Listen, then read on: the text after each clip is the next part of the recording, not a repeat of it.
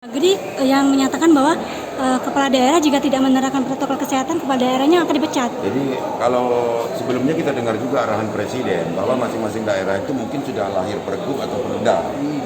Ya tentu kita sebagai para pemimpin juga harus memberikan contoh, antara lain masker, menghindari kerumunan yang tanpa physical distancing, begitu kan? Nah,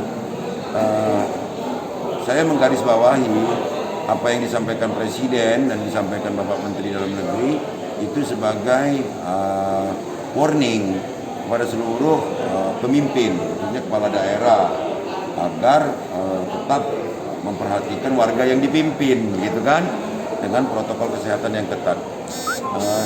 Di sisi lain tentu juga kita melihat ini tidak bisa juga digeneralisir untuk masalah keseragaman, masalah protokol, masalah aturan-aturan. Misalnya yang berlaku di DKI belum tentu bisa berlaku di Lampung, di Jambi, di Sumsel, belum tentu sama. Maka kita punya pergub sendiri kan yang mengatur itu tanpa melanggar aturan-aturan yang lebih tinggi.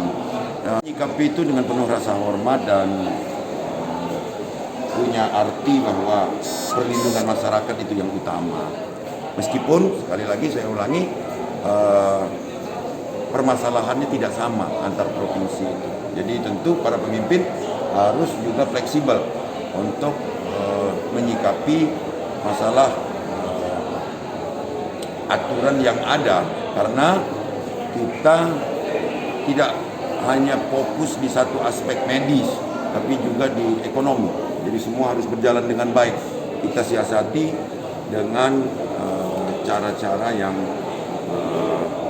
tetap memberikan perlindungan kepada kesehatannya, tapi juga kita juga harus menyentuhnya dengan cara yang sangat bijak untuk memulihkan ekonomi ini.